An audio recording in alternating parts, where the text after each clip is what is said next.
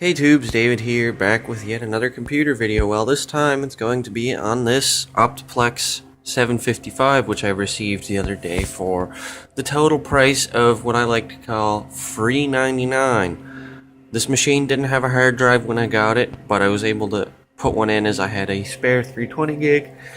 And as you can see, it's got the Core 2 Duo sticker on the front, which is correct. This machine came with a Core 2 Duo E4500. And it had 4 gigs of RAM. It had, of course, Windows Vista sticker, but on the top, it's still got the original Vista COA, and it actually has a refurbished 7 COA. Now, let's see if we can actually get this side panel open here, because for whatever reason, this case seems to be a little dinged up, so the side panel is a slight pain in the ass to get up, but we'll see what we can do here. Oh, there we go. Just needed to use a little force. Inside, it's actually pretty clean. I mean, it could use a bit of a dusting, and then you'll notice down here is the little 320 gigabyte hard drive. And I noticed that the actual pieces that the drives would click in, screw into, and then slide into there are missing. But that's okay, because a drive, those little things from any Dell, even the older Optiplex series, would work just fine in this. And of course, it's got the pretty massive, I believe these are Delta fans, and the great thing about these machines is they're really fucking quiet for what they are. On the front, of course, Dell logo, power button, we have a network on indicator light, the hard drive light, 2 USBs, one of them is being used by the receiver for the mouse, of course, which is over here. Just this little wireless thing. The funny thing is, I already had the matching display and keyboard for this system.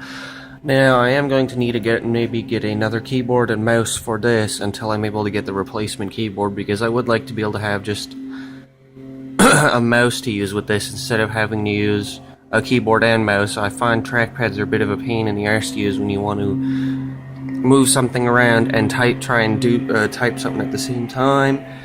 And this machine also came with a card reader, which is actually quite nice, although it's kind of hard to see in this light. Maybe if we turn a lamp on here or something. And you can see all the little markings on it for all the different cards. This one did not come with a USB slot. Some of them do, some of them don't. We have a microphone and a headphone jack. And up top we have your standard, I believe this is DVD and CDRW reader writer. I'm not sure if it actually burns DVDs or not. I haven't been able to actually test that. And if we can just ever so gently pull this up ahead, we can go around to the back. Power, it's got the microphone and line in are combined. Ethernet, I believe there is 1, 2, 3, 4, 5, 6 USBs, VGA out. It has a serial and a parallel port, as well as LAN jack, of course, and then down bottom, all the PCI plates are still there. I don't know if that's what I call them. These little hiding things are still there. Oh, look at that, and I tap the computer and the monitor comes on. Isn't that funny? Now, of course, I am running Windows 7 on this particular box, as I decided that's what would suit it best. We'll go ahead and bring up my computer here.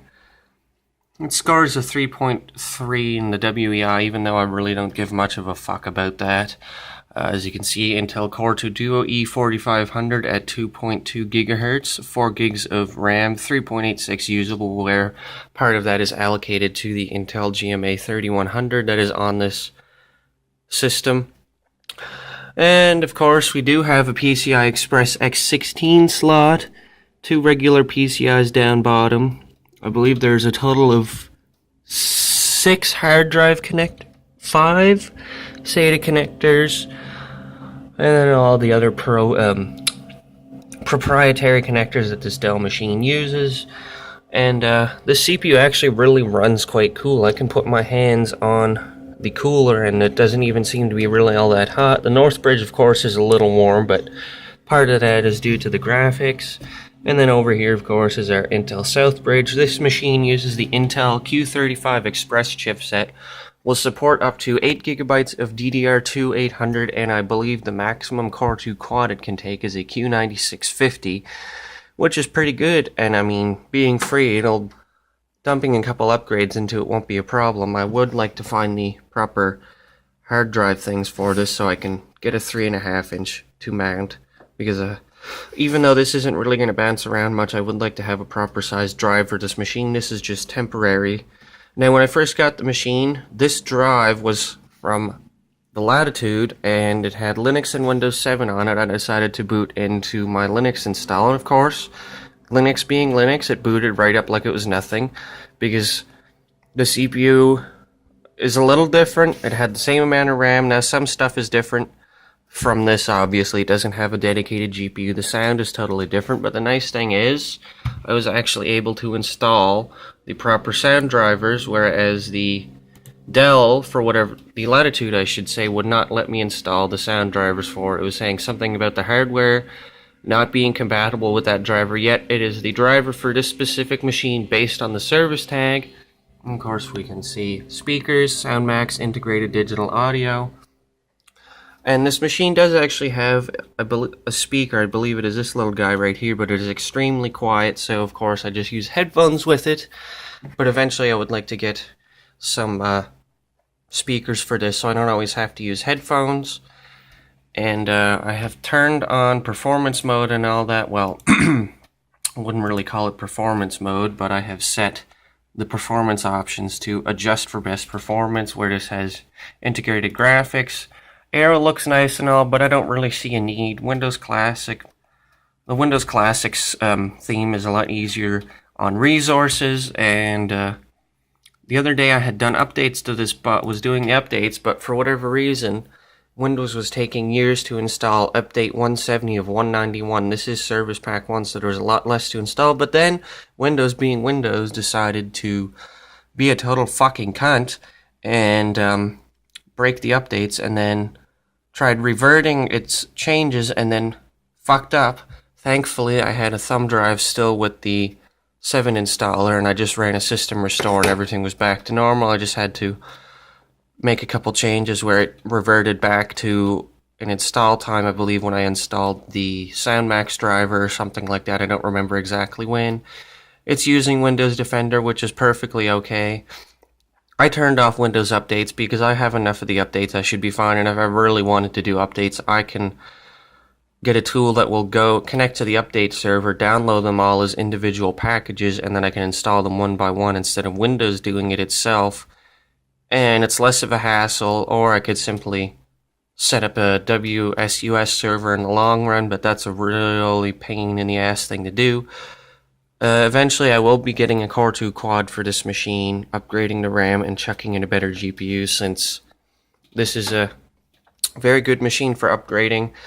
People say some dual slot cards are a bit of a bitch to fit, but I figure a GTX 750 Ti would be a perfect fit for this box.